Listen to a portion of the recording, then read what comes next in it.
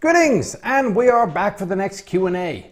As before, the priority goes to the folks at the appropriate Patreon or Subscribe Star tiers, but I'm going to grab one or two interesting ones from the comments on last month's video as well to make up the numbers. A couple of admin notes first though. First up, thanks to Marios, who came out for a drink with me in Thessaloniki. He was paying attention to my Facebook page and caught that I was in the area. I do seem in the image to be blocking the white tower in the background, but I do promise I was in Salonika.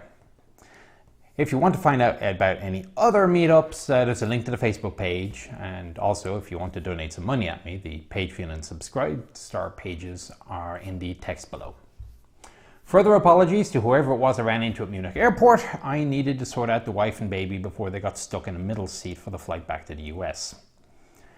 I'm going to be at Conneaut for the D-Day event for Wargaming, but watch out for a pub session in Cleveland the Wednesday before.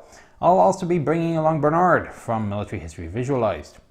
Suggestions for locations are welcome, but preferably on the outskirts of town, as we'll be in transit from a location somewhere off to the southwest of the city to Conneaut, so we're going to be kind of bypassing it if we can.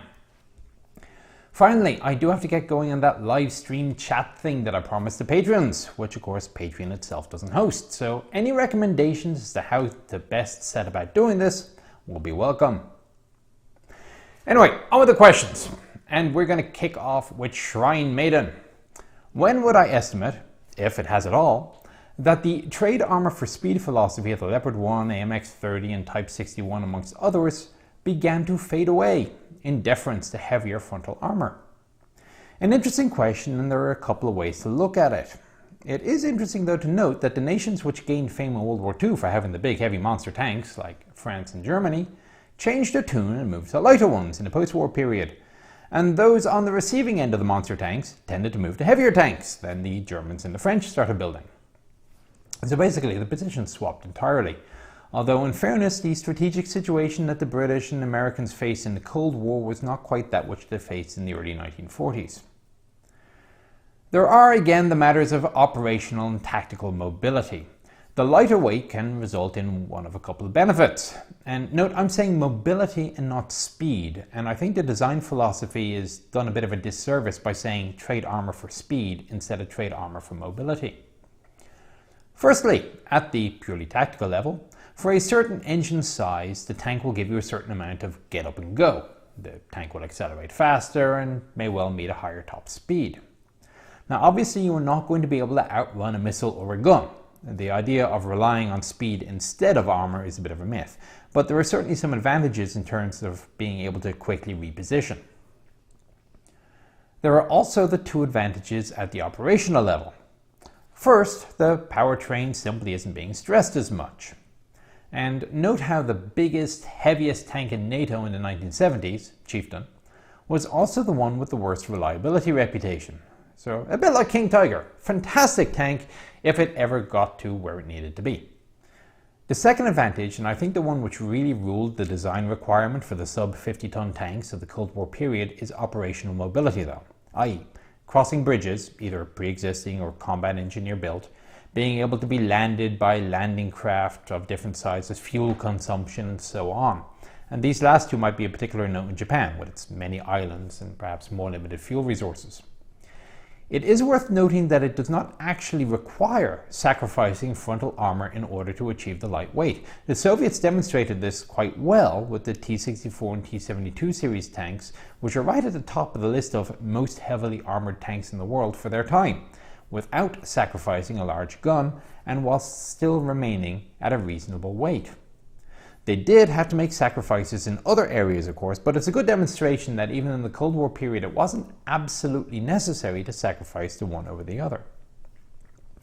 The Israelis didn't have very much acreage to worry about operational mobility anyway, and obviously the Americans could deal with their fuel or bridging problems by simple brute force. Buy lots and lots of engineering equipment and lots of fuel trucks and so on, which really just leaves us with the British. And I strongly doubt that they deliberately set out to put into production a vehicle with known reliability issues. Probably a little bit like the Germans in World War II, they simply bit off a little bit more than their engineers could chew at the time.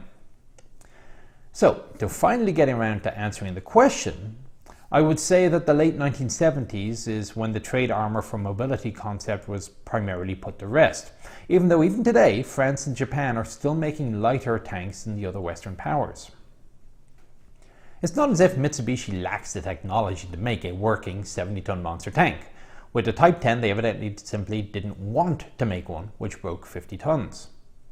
Presumably the same liability for island hopping, for example, still applies. By this point in the late 70s, you had the advancement of automotive technology that you could build fast, reliable tanks in the 60-plus ton weight class. You have advances in engineering technology which indicate that you can now make a useful AVLB capable of taking that 60-plus ton weight. And for that 60-plus ton weight, Western tanks could now have enough armor to provide the required levels of protection without making the sacrifices that the Soviet tanks were making. In other words, by the time you get to Abrams and Leopard 2, the tank designers could have their cake and eat it too, which I always thought was kind of reversed. Surely you would have to say, eat your cake and then have it too. But anyway. The Maiden also asks, on an entirely unrelated topic, do I have plans for more war stories? And is calcium buildup a problem with the boiling vessel? Which are not related at all. Yes, more stories will pop up from time to time, but I don't plan them. After all, if I use them all in a deliberate video, I can no longer go off on random tangents from other subjects, as is my wont. As for the boiling vessel, I haven't heard of any such problems, and I would presume that occasional cleaning should deal with it. I personally did not use the boiling vessels on my Abrams or Bradley. A hot tea and coffee was not really much in demand in the Mojave Desert, except at breakfast. At which point Top provided that together with the rest of the food, so I never really had to worry. Though now that I think about it, I don't really recall any particular maintenance requirements came in the manuals for them either, so perhaps a viewer can chime in down below. Ezio896 posed the following. How effective do I think that the Tortoise or T95 would have been at their designed roles? Now these are of course those super heavy monster tanks cooked up by the British and the Americans. The British vehicle mounted the 32-pounder, derived from the 3.7-inch AA gun, and the American one had a 105. And incidentally, the T95 was more normally known as the T28, and for further explanation, look for the link below for the T2895 article I wrote. These were fortification busters, designed to go up against German strongpoints, take the hits from the 88s, and then use their large, high-velocity cannon to deal with the enemy bunkers. At the cost, of course, of absolutely horrendous operational mobility. One had to plan well in advance to ensure that the vehicles were in the right place at the right time. Now, could they have done the job? I don't see why not. Everything seems to indicate that they would have succeeded at the role, but there is a question of whether or not it was actually worthwhile to build them. For example, by the end of the war, the US Army is using 155mm self-propelled guns in the direct fire role, leading to that rather famous quote from Oberst Gerhard Wilk that when the Americans start using 155s as sniper weapons, it's time to give up. However, the 155 did have an AP round available, and it was on issue. This wasn't just something made up by World of Tanks for gameplay purposes. The intended target, of course, wasn't tanks, it was bunkers. So, if you were going to get an armored vehicle for blowing up bunkers, you in theory had a choice of about 3 different levels. You could have the 105mm super heavy T28, the 155mm T30 heavy tank, or the 155mm M40, or if you want to go to just stupid levels of big gun, the 240mm T92 or the 8-inch T93. So at this point, the only advantage to T28 or Tortoise is the armor. But if you're going up against fortifications, it's much less of a problem, as events evidently would show. If the enemy can't see you, they can't really hit you, and fortifications don't move. So in a tactic which goes back at least to the M10 days, you take advantage of a smoke screen or night, some form of cover, to get your gun into position and then camouflage it. Then once visibility is restored, you can see the target, you send your round downrange. Problem solved! And the M12 performed this task apparently without any great issue despite their lack of armor. As a counter view, look at this response from Hilary Doyle about Sturmtiger, the closest vehicle which actually was operated with that sort of impenetrable armor, big gun design philosophy. It's really interesting to read the after-action report from the unit commander that was involved in bombarding the Warsaw Ghetto. He claimed that this was a total waste of money because the weapon was so effective that you, as the guy who fired it, had to be so far away, unless you wanted to get your own vehicle destroyed, that he said you don't need to be armoring with 200 millimeter of armor. You might as well have something like a Hummel with just 20 millimeters of armor and bombard from a far distance, because the blast radius was about 500 meters with one of those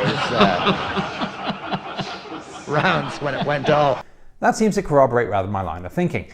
The clip, of course, if you don't recognize it, is from Operation Think Tank, which you'll find elsewhere on my channel. So there you go. No reason it wouldn't have worked, but no reason to build it either, as the job could be done by other more flexible methods. Charles Charange inquires, what tank doesn't exist to do a video on that I wish did? And that can certainly be a very long list. There are some which I can feel sad never survived the war, being blown up in service or whatever. So much though I would have loved to be able to film the one Porsche Tiger which saw combat, it's something of an occupational hazard, as it were. I mean, after all, these things were built for combat, and you go to combat, you run a risk of blowing up. The ones which were expended as range targets, like the Churchill gun carriage, those are face palmers, since the army obviously didn't know or care what they were doing. The ones which exist, but due to incredible neglect are unfilmable, and I'm looking at Aberdeen here, are distressing. But the ones which absolutely infuriate me are the ones which were specifically set aside to be museum pieces and then for spurious reasons, or maybe no reason at all, were later destroyed. There are a number of project reports in US archives which say something like, this project is cancelled. All vehicles used will be returned to the depot for conversion back to the original configuration, with one vehicle to be sent to Aberdeen for the historical record. Near as I can tell, a large number of World War II prototype vehicles were indeed sent to Aberdeen, and then, in probably more just a case of trying to keep up appearance than for anything else, melted down to metal, perhaps during the Korean War along with some captured German equipment. Is melting down the T-57 GMC, for example, really going to make that much of a difference to the US's war production in the Korean War? There are persistent rumours that some of these old vehicles still exist on the black side of the fence in Aberdeen, but frankly I'm disinclined to believe them.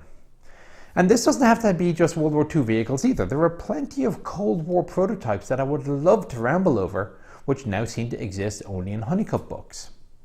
However, since he asked for a specific vehicle which no longer exists that I would like to have filmed, I shall respond with Bob Semple, out of sheer curiosity, if nothing else. Cypher Hornet 18 wishes to know, are there any examples of tanks which could have been, which maybe could have gone somewhere if more time, consideration, money and so on had been given to see them through? Charles Charange voted for the P-43, which is actually a pretty good answer. There are, of course, a couple of reasons why a tank may have its development cancelled. It could be that the raison d'etre of the tank's design no longer existed, or perhaps it simply wasn't technologically feasible for the tank to meet its design requirements, or perhaps they just blew through the budget and was cancelled financially. On the American side, I would rather have liked to see what could have been done with the T95 medium or the MBT-70, just out of sheer technological curiosity. However, I do wonder if there wasn't an actual lost capability that the Army was worse off for not having with regards to vehicles such as the XM800, either wheeled or tracked, the AGS, which is still being flogged by BAE by the way, or the M247. As near as I can tell, all three would have been capable of performing a needed role, although the 247 likely would have been benefiting from being put onto an Abrams hull. I'm sure the Corps of Engineers would have loved the Grizzly as well. Marines? Well, I've no idea what was actually wrong with the EFV. It seemed to me it would work. According to Janes, the program to replace the then LVTP-7A1 was started in 1973. The EFV was cancelled in 2011. The replacement program for the EFV, the ACV, still isn't in service yet, and God knows why it's taken nearly 50 years to replace the AAVs. Welcome to the modern military procurement system. Even a lot of the simple stuff isn't coming. I saw a technology demonstrator for an M3 Bradley with a mass-mounted sensor system well over a decade ago, and it's not as if it's something that we couldn't use in the recon squadrons. And as for the Redlegs, they're probably infuriated at the fact that they're still using warmed-over M109s when they see what other nations are using. The XM2001 program could have been a complete game changer for the artillery world, especially if they ever got that liquid propellant concept to work. And that's just the American side of things. If you go to Kubinka, there is an absolutely amazing number of prototype vehicles on display that the Soviets were playing around with. And these guys really were thinking outside of the box. And not just them, they weren't alone. The Germans, you look at the VT twin gun system, that was quite interesting, and there was a proposal for an S-Tank 2. Could it have really worked? I don't know. Obviously they decided not, and they went with the conventional STRV-121. Sadly, the best we can do now is just read the test reports, which I can't, because A, I haven't seen them, and B, I don't read German or Swedish or Russian. Gecko551 wishes to know, are there any real strides yet to be made in design or doctrine to improve the modern vehicles? Well, you've got evolution versus revolution, I guess. Engines are going to get more powerful, and I still don't write off the turbine, but watch for Mr. Schindler's question. And armor will still get more effective. Active protection systems will take more of a role, but fundamentally there's little new here. Just the same things, just better. If there is any real revolution likely in the near future, I wager it's going to be in terms of situational awareness or the denial of such. And there's a lot of ideas out there, such as give a tank a UAV, through-sight audio-visual transmission of spotting reports, the Iron Vision VR headsets for 360-degree vision from within the tank, faster and smoother integration of battlefield communication technologies, maybe contact transmission reports, you designate the target by laser and it goes in a much simpler version than it has now.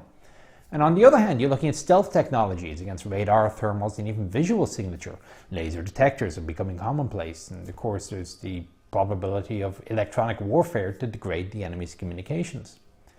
And even at that, the limitations aren't simply financial or technological. So, for example, the British Army decided to let the troops loose with a tank. They called it the Street Fighter project. Great idea, actually. They just let the troops add whatever they felt would help the tank. One simple addition, almost so simple it defies belief that nobody seems to have really tried it out before, was to stick a camera on the end of the gun tube, facing perpendicular to the gun. So the idea was that the tank could just stick the end of the gun around the edge of cover, see what was there before committing the tank. The problem in practice, though, was this slowed progress to such a crawl. The crews were always taking a good long look before driving forward, that it took forever to get anywhere, so the enemy had plenty of time to respond and react. Now imagine what would happen if a tank platoon had their own UAV, as a lot of people have proposed. You end up with a new version of paralysis by analysis. The tank simply has to rely on the other arms to do some of the work, such as the accompanying infantry, or the recon units ahead who actually have time to fly the UAV, or other units for EW support and so on, while the tanks themselves move with speed and aggression and just do what tanks do best. AI can doubtless assist with the taking over of some of the theoretical load in the future, but at this point you start going beyond mere tanks and you move into bolos. Andrew wishes to know if the NATO attempt to do quality over quantity isn't a questionable concept, given that the Germans tried to do the same thing in World War II and failed. Well, I don't think the Germans had a choice. There was no way that they were going to match the quantity criterion, so they had to go with quality. Now, this isn't to say that tanks like Sherman had no quality. They did indeed. But the Germans needed to turn the quality dial to 11, only to discover that it didn't actually go that far. They just broke the dial. So the Germans never really made it a question of quantity versus quality. What you ended up with was more a matter of quantity of working stuff versus quality of non-working stuff. Now, I do slightly overstate the problem, but I think it's a fair simplification.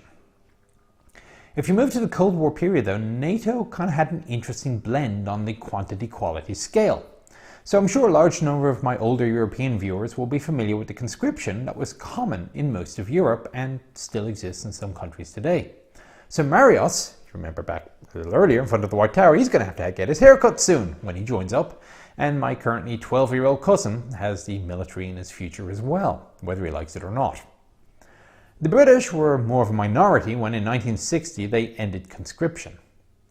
Joining the British on the quality side of the scale were the Americans. And even during the Vietnam War, For the high-intensity, high-technology theaters, such as Germany and Korea, the regular, experienced, well-trained full-time and guard forces tended to be focused there and not on Vietnam. If we want to put it in figures, just as an aside, there are 8.7 million people who served in the active army between 1964 and 1973. 2.7 million went into country in Vietnam. 2.2 million people were drafted, of whom about 650,000 went to Vietnam. And I'm leaving out guardsmen and drafted Marines here. This means that just over 2/3 of the active army did not go to Vietnam because they were being held for the high-intensity conflict. That said, 2/3 of Vietnam draftees didn't go to Vietnam either, which means that they split the Vietnam and draft forces fairly equally. As for why NATO did the split, well, it comes down to national identity, really. The US was big enough and secure enough that it could rely on volunteer forces, and it could pay well enough as well that people would do it. Countries like Germany and Norway were unlikely to get enough volunteers to make the quality override the Warsaw Pact quantity.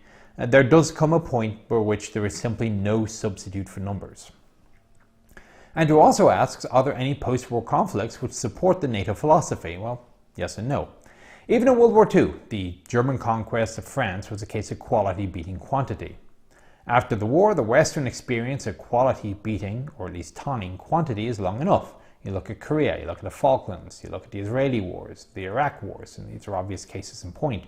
Although the Israelis did make the distinction between the trouble provided by the trouble provided by the raw numbers of the fairly well-equipped Egyptians and Syrians, and the equally difficult but different trouble caused by the high quality of the Jordanians. However, the quantity on the facing side of these comparisons was generally of such incredibly low comparative quality that you wonder. The true question is the qualitative differential sufficient to overcome the quantitative differential? And that's a much more complicated question. Unfortunately, so far in the West, we haven't really had to deal with that problem. Conflicts with significant numbers of not quite so different in quality troops have been much rarer. Perhaps you might look to India, Pakistan, Iran, Iraq. Also worth noting perhaps is the Battle of the Bridges in 90, where some quite competent Kuwaiti tankers simply ran out of ammo. There was, relatively speaking, nothing wrong with the quality of the chieftains or their crews, but there's only so much that they could do. Christopher Nobles observes that pictures have been released showing a side-by-side comparison of the front turret and hull of the new M1A2C, formerly known as the M1A2 SEP V3, and the preceding SEP V2. He wants to know my best guess as to the armor increase, and the answer is I've no fligging clue. For starters, I don't know what it was beforehand except tough. Secondly, although presumably it is possible to come up with a photometric assessment of the exact volume increase of the exterior, this also would require an assumption that there are no changes or increases to the interior volume of the tank. You can, though, provide, in theory, a percentage increase estimate, but there is a further assumption, and that is that the composition of the armor is identical. Now, I'm going to assume that the armor boffins have not been sitting on their collective arses for the decades since the V2 entered service, and that on a pound-for-pound basis, the new armor is better by some unquantifiable amount as well. Marcel wishes to know why the M47 wasn't sent to Korea. And that's not a bad question when you consider that the Patton 47 was the first product of the Korean tank panic. However, it comes down to a matter of need. The tank started being built in some numbers before it was really ready, and the first series of production vehicles actually needed to be backfitted with modifications. The modified vehicle was standardized in May of 1952, by which point the tank panic was well over, and the M4s and M46s in theater seemed quite capable of dealing with the enemy's infantry-heavy problem, especially given the absence of any remaining tanks in the North's inventory.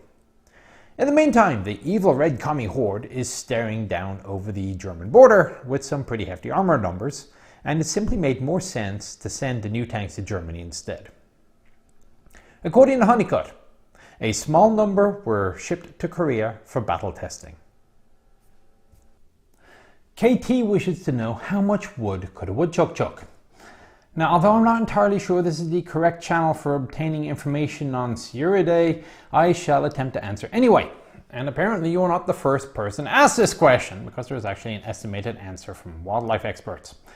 The typical woodchuck excavates some 35 cubic feet of soil for its burrow. At about 20 pounds per cubic foot of soil, this gives a woodchuck an average movement capacity of some 700 pounds, which of course is all thrown up through the air at the end of the burrow.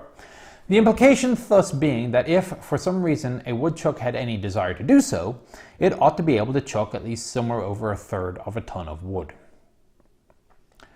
Admiral Tiberius wishes to know my opinion of Merkava. How do I think it compares to other MBTs, and do I think it's an evolutionary dead end for tanks? Now, I mentioned this before. The Israelis do not claim that Merkava is the best tank in the world. They do claim it's the best tank in the world for Israel. And it's very difficult to argue the point. The tank is designed very much with Israeli requirements in mind. It is designed to excel at the terrain that Israel is to fight over, and that doesn't mean to say that it will do better than an M1 does in Germany, for example. So, case in point, there was a deliberate decision for the suspension to be more rugged than fast. The terrain in the Golan and Lebanon being a lot more rocky than most places in the world that tanks tend to operate. I have thus far spent only a few brief minutes inside an early Merkava, and I didn't have enough time to give even that 1980s vehicle a good once-over for an operator's perspective. So if anyone in Israel wishes to invite me to film a more modern Merkava, I'll settle for a 3 if not a 4, please send the invitation over my way. The latest Merkava certainly has some interesting features. So for example, note that for a while they dispensed with the loader's hatch, deeming it to be a weak spot. Now, the armor on the roof of the Merkavas now is ridiculously thick, and the hatch was a weak point. Now, apparently this design decision was not well received by troops, and Merkava 4 soon started seeing loaders' roof hatches again. I'm also not entirely convinced by the semi-auto loader system. Now, as I understand it, another interesting feature is simulation integration. It is possible to turn an M1 tank into a simulator using the AFIST system. And what you do is you hook the whole shebang together. It takes about 4 hours, as I recall.